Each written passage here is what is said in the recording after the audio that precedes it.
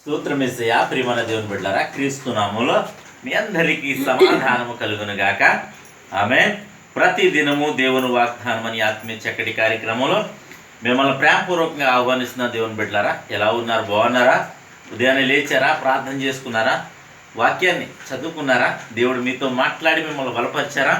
ఎందుకంటే క్రీస్తు బిడ్డలుగా, ఆత్మీయులుగా, మరి విశ్వాసులుగా, దేవునిలో కొనసాగుతున్న వారిగా, దేవుని రాజ్య వారసులుగా ప్రతి ఒక్కరూ దేవునికి దగ్గరగా జీవించడం, తద్వారా మరి ఆత్మీయమైన మేలులు, ఆశీర్వాదాలు పొందుకోవాలని మీకు తెలియచేస్తూ ప్రతి దినము దేవుని వాగ్దానం అని ఆత్మీయ చక్కటి కార్యక్రమంలో వాగ్దానాన్ని చదువుతున్నాను.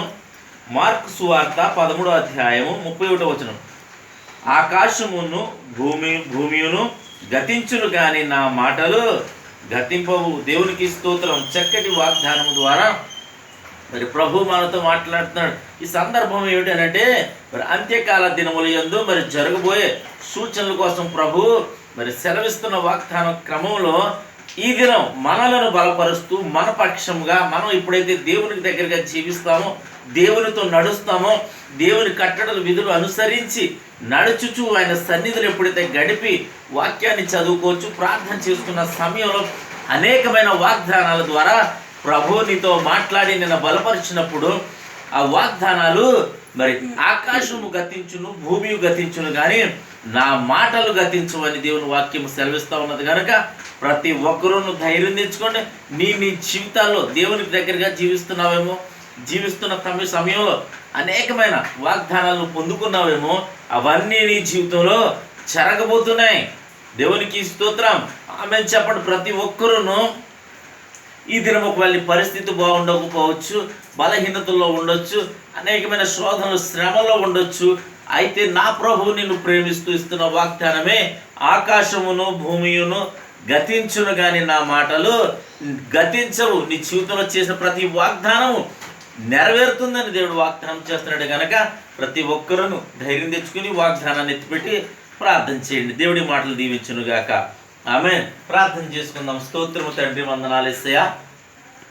ప్రతి దినము దేవుని వాగ్దానము అని ఆత్మీయ చక్కటి కార్యక్రమంలో తండ్రి మీరు ఇస్తున్న వాగ్దానానికి నీకు స్తోత్రాలు. ఆకాశమును భూమియును గతించును కానీ నా మాటలు గతించును వాగ్దానం చేస్తున్నావు ప్రభా. అవును తండ్రి, అనేకమైన సందర్భాల్లో, అనేకమైన పరిస్థితుల్లో, శ్రమల్లో, శోధనలో, ఇరుకుల్లో, ఇబ్బందుల్లో అయా నీకు మొరపెట్టినప్పుడు ప్రభా, నన్ను నీ వాక్యము ద్వారా, నాయన సేవకుల ద్వారా అనేకమైన వాగ్దానాలు మా జీవితంలో మీరు అనుగ్రహించి ఉన్నారు తండ్రి. నీకు వందనాలు. వాగ్దానాలు నీయో నాయన, నీ మాటలు కనుక అవి గతించవు అని మేము నమ్ముతున్నాం. మా జీవితంలో మీరు నెరవేర్చబోతున్నందుకే నీకు స్తుతులు స్తోత్రాలు చెల్లించుకుంటున్నాము తండ్రి. రోగులుంటే స్వస్థపరచమని, పాపులుంటే పాపం నుండి విడిపించి పాప క్షమాపణ దయచేయమని, అలాగే తండ్రి నాయన ఏ విధము చేత నాయనను ప్రభా, అపవాది చేత కావచ్చు, శ్రమల చేత కావచ్చు, నాయన నలిగిపోతున్న నీ ప్రజలను మీరు జ్ఞాపకం చేసుకుని విడిపించమని ప్రార్థిస్తున్నాను.